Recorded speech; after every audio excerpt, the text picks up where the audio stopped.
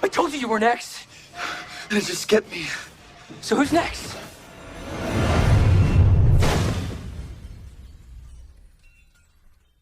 Hi guys, this is Josh with J Show Horror back again. Today I'm starting my Evil Dead and Final Destination review series. Starting off with Final Destination, and I will be going back and forth between each installment of the franchise. Now, definitely hit that like and subscribe button if you love all things horror. This channel is dedicated to horror movies. Now let's talk about Final Destination, released in 2000. This stars Devon Sawa and Ali Larter. I saw this for the very first time when I was 13, 14. This movie has a lot of nostalgia, I think, to go along with it, because every time I watch it, I always remember kind of how I felt the very first time I ever watched this movie. But I also think this movie is a great movie that still holds up today. Now, even just starting off with the opening credits, they have this really great score. I think the score is a little bit underrated. I don't think enough people talk about the Final Destination score, but it kind of sets you in this mood, like right from the get-go, from the beginning of the movie. Then we got Alex, they're all going onto this plane. And I remember the first time I saw this, I had no idea what was going to happen. I didn't know anything about this movie before I saw it. Just with all the music and all the little signs and all the flights getting canceled and everything, there was a sense of dread. I think that the first movie does very well. Like, I didn't even know the plane was going to crash or anything, but I had this sense of dread, this sense of foreboding that I think the first one just does great, like in the opening sequence. And then we get Alex, he dreams, or he gets a premonition of the plane crashing, and he wakes up, he starts yelling that the plane's gonna crash, and everybody gets pulled off the plane. The plane ends up blowing up, and I remember the first time I saw this and I was like already hooked. That's one great thing about the Final Destination movies. Most of the opening scenes are really good and it instantly hooks you. So like, I was so hooked as soon as the plane blew up and his premonition came true. I was like, whoa, what the heck is going on? This movie's insane. This movie's awesome. And then, of course, I do like the characters in the first movie. I really like Alex. He's like really smart. He's like basically the only one in the franchise that figures out how, like when the plane blew up, like the order of the people dying on the plane. He figured that out. So he's a pretty smart protagonist. I really like Clear in this movie too, and of course Carter, he's definitely the one that you're rooting to die like the whole movie, and I'm so glad he does die at the end of the movie. And even we got a young Seann William Scott like right after American Pie in this movie. So this has a very great cast. But everybody, all the survivors off the plane, they start dying off one by one. And I thought this was a very original movie for the most part. It was kind of like sort of a slasher without the killer, without the slasher. Like, death itself is killing these people. My favorite death in this movie is Todd's death, the very first death in this film, and I remember just being like, I was blown away. The memory of this, I was blown away like the entire movie. I felt like there's twists, there's turns, they were revealing the story. That's why I think the first one works so well. Because a lot of the sequels kind of follow the same formula as the first movie. But Todd's death, you see liquid come out from underneath the toilet, and then he slips and he gets the wire gets around his neck, and I remember this was I was on the edge of my seat the first time I watched this, and the way Todd's eyes, the red, or the look of his eyes kind of filled up with blood or whatever, that awesome effect. I knew this was a legit movie. Even after the opening scene, this movie is legit. And then you got this amazing first kill of the franchise of Death killing him. So that is my favorite kill in this movie. And then there's also other great deaths, Terry's death came out of nowhere. She just tells them to drop dead, and she gets whacked by a bus out of nowhere, and you see everybody's reaction with a little bit of blood on their face. Then you can just drop fucking dead.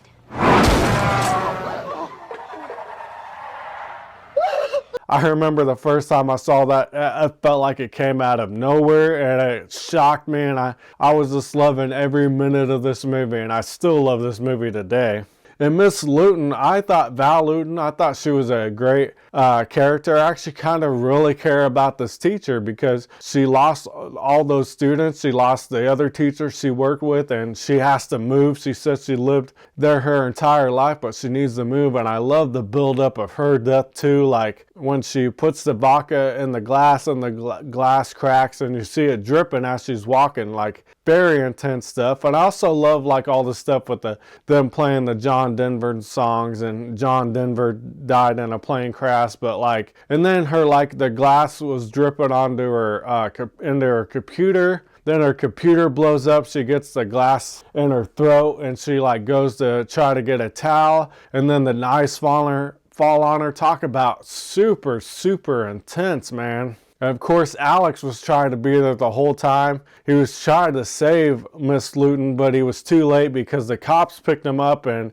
they finally let him go, and he wanted to try to save her, but he was too late. And I think what is really good about the first movie is that I care about almost or most of the characters, especially Claire, Alex, and Val Luton. Of course, like I said, Carter was the one where I was rooting to die the whole movie. Just very intense, and I still kind of get on the edge of my seat during Val Luton's death and even Todd's death. Just such a great movie in my eyes. I love Final Destination so much, and I've seen it so many times, and it's like I never get tired of it. It's been out for 23 years now, and I just don't get tired of it because I think it's just a well done movie. And this was written as a episode of X-Files to begin with, but I'm glad it was turned into a movie. Like I said, like the build up to the death, I think is like almost as good as the actual deaths, and of course we got a couple out of nowhere deaths. The one thing I do find intriguing about Final Destination also is that something gives Alex a premonition, and then something's giving them these signs to try to save themselves. And I always thought that was a very intriguing part of the franchise. I kind of wish they answered that question somewhere in the franchise because it's very intriguing. Is Death's not doing it because Death's trying to kill him? What is giving him these signs? I kind of like when they do Final Destination 6, I kind of wish they would kind of delve into the good side of things because it's very interesting to me. I love Tony Todd's cameo in this. He's just good in everything he does, and he comes off as very creepy. He also comes off as like somebody who knows kind of what's up, and he ain't gonna tell you everything that's going on, but he gives them a little bit. And like, I love when Carter gets stuck on the tracks, Alex pulls him out last second, and then like Billy's like going nuts. Piece of shrapnel just chops the top of his head off. Another amazing kill. And I think the climax is a little rushed at the end with Claire, with the storm and everything with her dog and her house, and then Alex shows up and he intervenes, but he also kind of sacrifices himself, but he does live. Absolutely love the ending to this because it was so freaking awesome, because it's 6 months later, they finally go to Paris, and they realize, oh man, death is not done with them, and Alex almost gets killed, but Claire and Carter intervenes, and then Carter stands up and he asks who's next, and you see the sign start coming down, then it cuts to black. What an amazing ending. And I remember the first time I saw this, I was so shocked by the entire movie. I had so much fun with the movie. I do like gore too, so a lot of the death scenes in the first movie I thought were great. And with the story unfolding as the movie went along, because it was the first movie, I was just there. It felt like a roller coaster ride. I still love Final Destination today. I really like most of the franchise too, but I just still have those thoughts of kind of the feelings of the first time I saw this movie. Kind of like when I watched Scream, I kind of remember my feelings and like how I was feeling the first time I ever watched it. And I feel like, to me, Final Destination is a special movie. I loved that movie. I still love it today. I'm going to give Final Destination an 8.5 out of 10. Stellar movie in my eyes. Still love Final Destination. Now guys, go down in the comment section below. Let me know how you guys feel about Final Destination. Definitely subscribe if you love all things horror. Like I said, my next review will be the first Evil Dead. I'll probably go back and forth between each installment of these franchises. I will be seeing you guys really soon, and I will see you guys next time. Bye guys.